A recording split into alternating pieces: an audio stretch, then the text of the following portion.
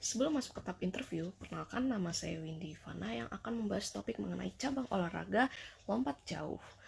Nah, sebelum masuk ke dalam pembahasan, saya ingin membahas sedikit mengenai lapangan yang ada di sebelah sini. Ini merupakan salah satu lapangan di Kota Tangerang yang bernama Lapangan Ahmad Yani. Nah, lapangan ini biasanya dipakai oleh beberapa orang untuk olahraga dan biasanya juga dipakai untuk beberapa masing-masing dari sekolah-sekolah untuk mengadakan perlombaan seperti salah satu cabang olahraga yang akan saya interview ini, yaitu lompat jauh. Nah, bisa kita lihat dulunya lapangan Ahmad Yani ini bentukannya seperti ini, tapi sekarang sudah direnov menjadi bagus seperti ini. Nah, di sini juga merupakan salah satu gambar mengenai kotak pasir yang biasa dipakai oleh cabang olahraga lompat jauh. Oke, mungkin segitu aja pembahasan mengenai sedikit informasi yang bisa saya sampaikan mengenai lapangan Ahmad Yani di Kota Tangerang ini. Selanjutnya kita masuk ke tahap interview. Halo, apa kabar? Hai Windy, kabar baik. Halo, Jadi apa halo, kabar? baik juga. Boleh tahu nggak nama sama umurnya berapa? Oke, kenalin nama gua Andreas Salim. Biasanya dipanggil Andreas. Sekarang ini menginjak usia 20 tahun. Oke, sebelumnya maaf banget ya kalau gua ganggu kesibukan lu. Tapi kalau boleh tahu, lagi nggak sibuk kan ya? Akhir-akhir ini lagi nggak sibuk sih. Oke, gue langsung ke interviewnya aja kali ya. Untuk pertanyaan pertama, lu tahu gak sejarah dari cabang olahraga lompat jauh yang termasuk sama founding father-nya? Oke, kalau sejarah secara khususnya, sebenarnya gue nggak tahu sih. Soalnya itu kan kayak mencangkup kayak teoritis banget ya.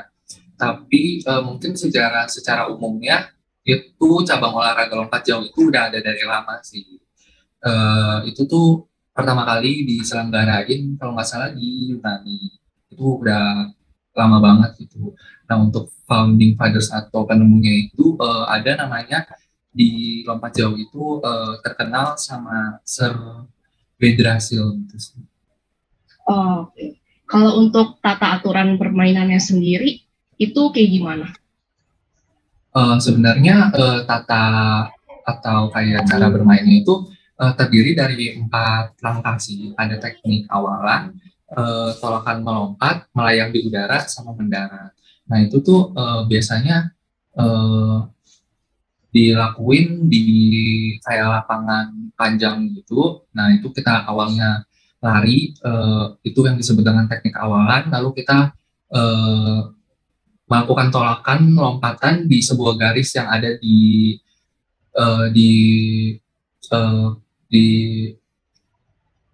di maaf di kayak di kotak pasirnya itu. Habis itu melayang di udara dan mendarat. Nah, sistem permainannya itu jauh-jauhan mendarat tapi tidak melewati batas yang sudah ditentukan gitu sih. Oke. Oke, pertanyaan selanjutnya, kalau boleh tahu, cabang olahraga lompat jauh ini ada di mana aja sih? Sebenarnya cabang olahraga lompat jauh ini ada di berbagai negara sih, cuman untuk negara-negara yang terkenal kayak pionir atau menjadi kayak jagoan orang-orang itu ada dari Yunani, Amerika Serikat. Nah, kalau dari Asia itu sendiri biasanya Myanmar, Cina sama Indonesia juga sih ada gitu. Oke, kalau untuk nama-nama dari cabang olahraga itu ada siapa aja nih khususnya yang udah ngeharumin nama Indonesia untuk cabang olahraga itu? Kalau untuk kayak istilahnya mungkin legenda ya, legenda dalam cabang olahraga lompat jauh ini, yang paling terkenal itu ada Michael Anthony Powell sih. Biasanya dipanggil Powell. Itu tuh dia yang pertama kali mencetak rekor dunia untuk lompat jauh. Nah, kalau untuk di tingkat nasional sendiri, itu mungkin bisa dibagi dua gitu ya, ada yang putra, ada yang putri. Nah, yang putri itu ada Maria Natalia, itu dia tuh udah terkenal banget di Indonesia, kayak udah mengikuti perlombaan mancanegara. Kalau misalnya yang putra itu ada Sapuatur Rahman gitu. Nah, dia juga udah istilahnya kayak atlet top lompat jauh di Indonesia gitu sih. Oke. Kalau boleh tahu, peminatan masyarakat terhadap cabang olahraga lompat jauh itu gimana sih? Apakah tinggi atau rendah? Boleh tahu gak Kak alasannya? Untuk kayak peminat di Indonesia terhadap cabang olahraga lompat jauh sebenarnya berdasarkan pandangan aku sih kayak masih kurang gitu ya di Indonesia, terlebih di negara Indonesia. Soalnya eh, kayak sebagai contoh nyatanya itu dulu di pas aku SMA itu nggak ada itu Ya, kayak materi, bukan materi lagi tentang kayak record. praktek lompat jauh. Mungkin itu tuh karena kekurangan sarana dan prasarananya juga untuk melakukan olahraga tersebut yang membutuhkan kotak pasir gitu, dan itu kan istilahnya tidak dimiliki semua semua perguruan tinggi atau sekolah di Indonesia gitu sih. Jadi hal yang kayak kurangnya sarana dan prasarana tersebut bakalan ngaruh ke minat masyarakat di Indonesia sendiri gitu. Jadi terlebih dari pemerintah itu kurang adanya sosialisasi mengenai cabang olahraga tersebut sih. Jadi menurut aku sih peminatnya masih kurang banget di Indonesia. Oke. Oke, pertanyaan selanjutnya, kalau untuk kendalanya sendiri dalam cabang olahraga itu tuh gimana di Indonesia sama di luar negeri? Mungkin secara keseluruhan ya, kayak kendalanya itu sih kurang kurang terdapatnya kurang terdapatnya awareness kayak pemuda-pemudi di Indonesia terhadap cabang olahraga, terlebih cabang olahraga yang biasanya di Olimpiadekan, yang mana salah satunya itu adalah cabang olahraga lompat jauh tadi. Nah itu tuh dari awareness masyarakat yang kurang terhadap olahraga tersebut, akhirnya kayak berdampak pada berakibat pada dampak-dampak lainnya gitu loh, gitu sih paling. Oke. Untuk pertanyaan terakhir nih, bentuk perhatian apa sih yang dibutuhkan untuk memajukan cabang olahraga tersebut?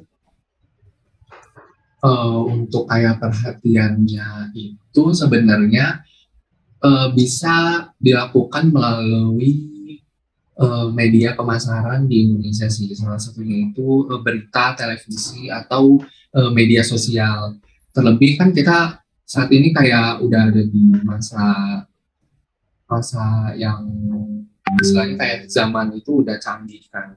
Jadi untuk kayak meningkatkan awareness yang menjadi kendala tadi itu terhadap cabang olahraga lompat jauh itu bisa ditonjolkan melalui media-media tersebut gitu, terutama para pemerintah sih. Terlebih kalau misalnya menjelang kayak rangkaian acara Olimpiade Dunia atau dan lain-lain itu kayak apa ya, istilahnya kayak exposure tentang cabang olahraga lompat jauh itu harus lebih ditonjolin sih. Oke. Kalau boleh tahu, lu tuh ikut di daerah Kota Tangerang kah lombanya? Iya, yang pas itu pas SMA itu menjadi peserta Olimpiade Olahraga Nasional sekota Tangerang. Oh, berarti itu dipilih ya sama gurunya? Iya, kebetulan yang pas itu kayak mendapatkan salah satu kesempatan karena menjadi salah satu siswa dengan lari tercepat. Oh, berarti itu tergolong ke O2SN? Iya, benar. Oh, oke. Oke. Mungkin itu aja pertanyaan yang bisa gue tanyain. Makasih banget udah ngasih informasi-informasi seputar lompat jauh. Dan sorry banget udah ganggu waktu lu ya. Jadi, Iya, nggak apa-apa. thank you banget. Thank you.